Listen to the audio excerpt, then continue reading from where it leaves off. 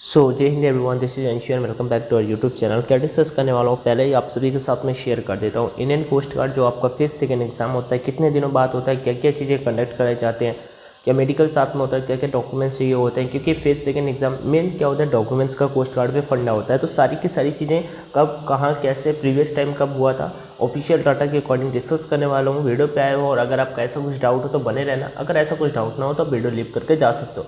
Otherwise it will very helpful to all of you. One more important thing आपको video के end पे बताने वाला हूँ। देखो, पहला नंबर रिजल्ट की बात कर लेते हैं। ऑफिशियल नोटिफिकेशन पे विद इन 30 डेज दिया हुआ है, टेंटली विद इन 30 डेज दिया हुआ है, बट ऐसा ही लास्ट टाइम भी दिया हुआ था 30 डेज। और लास्ट टाइम का मैं आपको दिखा देता हूँ चल के। आपका मार्च में एग्ज़ाम हुआ था, ठीक है, मार्च में एग्ज़ाम हुआ था, ठीक है। और उसके बाद आपका जो रिजल्ट आया था वो आपका मई में आया था जाके, लेकिन लगभग मैं बोलूँ 43 दिन बाद आपका रिजल्ट आया था। 43वें दिन आपका रिजल्ट आया था एग्जैक्ट, अगर मैं बता देता हूँ आपको। और उसके बाद ये अपने ही चैनल का देखो, online education coast guard result category wise cut off वगैरह, तो मैंने यूट्यूब की मदद से ही हेल्प से निकाला है कि किस डेट को क्या आया था और एग्जैक्ट डेट दी हुई है। उसके बाद यहाँ पे आप देख सकते हो जो फेस सेकेंड एग्जाम था आपका 28 जून से था, 28-29 जून से था। 29 जून का रिव्यू मैंने अपने ही चैनल का देख सकते हो, यहाँ पे रिव्यू का वीडियो मैंने निकाला, phase second exam full review today coast guard Navik DPGD phase second exam review.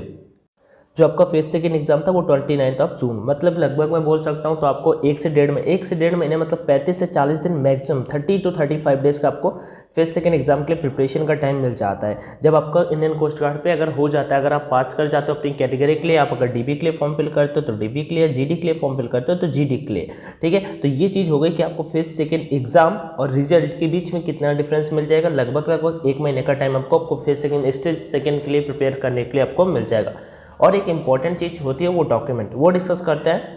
अच्छा, ये ऑफिशियल नोटिफिकेशन है, इस बार का नोटिफिकेशन है। लास्ट टाइम एक रीज़न था कोविड काफ़ी तेज़ी से था, जोर पर था, तो मतलब इस वजह से मे भी हो सकता है कि आपका रिजल्ट इतना लेट हुआ हो, बट इस बार आपका जल्दी आएगा और आपका फेस सेकेंड एग्जाम भी जल्दी कराया जाएगा, क्योंकि नेक्स्ट रिक्रूटमेंट आता है, नेक्स्ट रिक्रूटमेंट में भी आना है और ऑफिशियल वेबसाइट पर सब कुछ दे रखा है। आप बोलोगे तो मैं बता दूंगा कि इंडियन कोस्ट गार्ड का नेक्स्ट रिक्रूटमेंट कब आएगा और कब उसका पेपर होगा, एवरीथिंग अवेलेबल है ऑफिशियल वेबसाइट पे। सो ये तो हो गया अपना। अब यहाँ पे ऊपर चलते हैं और फेस सेकेंड एग्जाम पे क्या क्या चीज़ें कराई जाती हैं कंडक्ट, और कब कराई जाती हैं, कैसे कराई जाती है, वो चीज़ें यहाँ पे आके डिस्कस कर लेते हैं।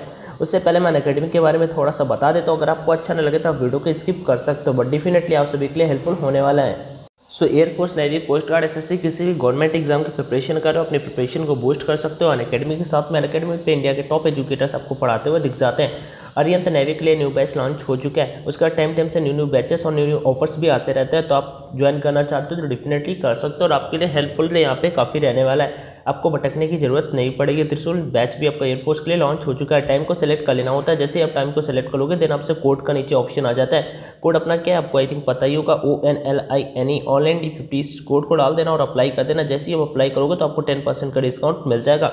बाकी जो कह रही हूँ मुझे कमेंट सेक्शन में जरूर बता देना, तो मैं आपका रिप्लाई कर दूंगा। ऑफिशियल वेबसाइट पे चलते हैं और देख लेते हैं कब क्या कैसे होता है। तो स्टेज फर्स्ट तो अगर आप क्लियर कर जाते हो, आपने जीडी का फॉर्म फिल किया और डीबी का फॉर्म फिल किया, उसके लिए यहाँ पे तो ये देखो यहाँ पे क्या लिखा हुआ है, based on the performance in the computer based online examination. आपका पेपर हो गया तो आपकी एक मेरिट लिस्ट तैयार की जाएगी और इस मतलब अलग अलग सेक्शन के लिए अलग अलग नंबर होंगे डिफरेंट के लिए। बट आपको पता होगा जैसे आप डीबी का पेपर देते हो तो और जीडी का पेपर देते हो तो हर एक के लिए अलग अलग क्राइटेरिया दे रखे हैं, वो आपको ऑलरेडी पता होगा। इस नोटिफिकेशन को मैं टेलीग्राम पे फॉरवर्ड कर दूंगा। टेलीग्राम चैनल का लिंक डिस्क्रिप्शन बॉक्स में दिया हुआ है। ऑनलाइन एजुकेशन अपने टेलीग्राम चैनल का भी नेम है। एडमिट कार्ड स्टेज सेकंड के लिए आपके आ जाएंगे, बट आपका स्टेज सेकंड के 1 से 2 दिन पहले यहाँ पे दिया हुआ है, ऑफिशियल वेबसाइट से आप डाउनलोड कर पाओगे। बट यहाँ पे मेन चीज़ क्या दी हुई है, सबसे पहले आपका क्या होगा, फिजिकल फिटनेस टेस्ट यहाँ पे होगा, पास या फेल। अगर पास होते हो तो फिर डेफिनेटली आप वहाँ से क्वालिफाई कर जाओगे। पीएफटी आपको अपना करना होगा, आपकी रिक्स पे करना होगा। शू आपको जूते चाहिए, टी शर्ट, ट्राउजर, ये सारी चीज़ें चाहिए होती हैं। और 1.6 किलोमीटर का आपका रन होता है, 7 मिनट में आपको कंप्लीट करना होता है। उसके 20 स्क्वाट्स होते हैं, 10 पुशअप्स आपके कंडक्ट कराए जाते हैं। और यहाँ पे आपको तीनों के तीनों टेस्ट के लिए यहाँ पे विदाउट एनी ब्रेक, मतलब आपको कोई भी ब्रेक नहीं मिलता कि रुकने के बाद आपको कह दिया जाए कि 5 मिनट रेस्ट कर लो, ऐसा कोई भी यहाँ पे रेस्ट के लिए मौका नहीं मिलता है, ठीक है। तो ये चीज़ें आपकी हो जाती है फेस सेकेंड एग्जाम पे। उसके बाद मेन तो ये नहीं होता, मेन तो यहाँ पे आ जाती है ये वाली बात, इसमें कम आउट होते हैं, इसमें ज़्यादा आउट होते हैं कैंडिडेट। अब ये चीज़ क्या है, डॉक्यूमेंट वेरिफिकेशन पास या fail. All the information provided in the online application has to match with the original documents. जो आप इन्फॉर्मेशन फिल करते हो वो सारी की सारी चीज़ें मिलनी चाहिए। यहाँ पे आपका face second exam main exam होता है, यहाँ पे आपका क्या चेक किया जाता है मैं आपको बता देता हूँ। जैसे आप स्टेज फर्स्ट क्लियर कर जाओगे, आपके स्टेज सेकंड के डॉक्यूमेंट्स कोस्ट कार्ड मांगेगा। स्टेज सेकंड जैसे आपको स्टेज सेकंड में क्या क्या डॉक्यूमेंट्स आपको अपलोड करने होंगे वो आपको पहले ही कंप्लीट कर लेने चाहिए। जैसे कि आपका सेंट्रल का सर्टिफिकेट होना चाहिए, कास्ट सर्टिफिकेट, ईवीएस का आपका खुद ईवीएस सर्टिफिकेट है तो ज़्यादा पुराना नहीं होना चाहिए। आपका डोमिसाइल, आपके सारे के सारे डॉक्यूमेंट्स सही होने चाहिए, कुछ भी गड़बड़ नहीं होना चाहिए। मम्मी पापा के नाम में, खुद के नाम में, डेट ऑफ बर्थ में, डोमिसाइल सर्टिफिकेट में, कास्ट सर्टिफिकेट में, OBC certificate, non creamy layer वाला सर्टिफिकेट, एक टाइमिंग के अकॉर्डिंग जो टाइमिंग दे रखा है वो सारी की सारी चीज़ें कंप्लीट होनी चाहिए। आपको पहले नंबर आपको आ जाएगा, डॉक्यूमेंट्स आपको अपलोड करने पड़ेंगे। जिस दिन आपका रिजल्ट आ जाएगा उसके कुछ दिनों बाद ऑफिशियल वेबसाइट पे आपको अपनी ईमेल आईडी पे लॉगिन करने के बाद आपको लॉगिन के बाद वो ऑप्शन आ जाता है इनिशियल मेडिकल एग्जामिनेशन। अब मैं लास्ट टाइम का अगर बता दूँ तो last time initial medical examination नहीं हुआ था, इस बार कोई कुछ क्लियर नहीं बोला जा सकता है, but you should prepare for the medical examination, क्योंकि मेडिकल एग्जाम आपका कंडक्ट कराया जा सकता है। उतना डिफिकल्ट कोस्ट गार्ड का मेडिकल एग्जाम जरूर नहीं होता। स्टेज थर्ड आपका फाइनल टेस्ट होता है, जहाँ पे आपके मेरिट लिस्ट वगैरह आती है। तो स्टेज सेकंड में आप क्या क्या होता है वो मैं बता देता हूँ।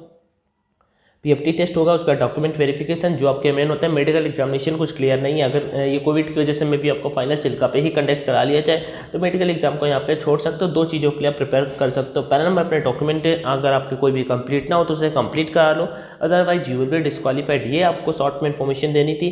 पीएफटी के लिए रनिंग स्टार्ट कर सकते हो, क्योंकि अभी टाइम धीरे धीरे हो ही रहा है और मुझे लगता है विदिन 30 डेज अगर रिजल्ट आ जाता है तो फिर टाइम आपके पास ज़्यादा नहीं है। क्योंकि मैं बोल देता हूँ 24 से 28 सितंबर के बीच में आपका पेपर हुआ था और आज तारीख 19 होने जा रही है। तो अगर मैं कहीं ना कहीं बोलूँ 24 तारीख से तो विदिन तो होने जा रहा है। अगर 28 से बोलते हैं तो आपके पास 7 से 8 10 दिन का समय मैक्सिमम, और मान लेते हो 10 दिन का समय है। सो 10 दिन आ जाएगा, फिर उसका आपको 1 मंथ मतलब 40 डेज में आपको रनिंग एंड एवरीथिंग कंप्लीट करना है। सो अपने अकॉर्डिंग कर सकते हो। बाकी कोई भी डाउट आ रहा है तो कमेंट सेक्शन में मुझे बता सकते हो, मैं आपके डाउट्स क्लियर कर दूंगा। वीडियो देखने के लिए thank you so much. Video अपने दोस्तों के साथ में शेयर कर दो। कोई भी क्वेरी आ रही हो तो मुझे कमेंट में जरूर बता देना। Jai Hind, all the best and take care.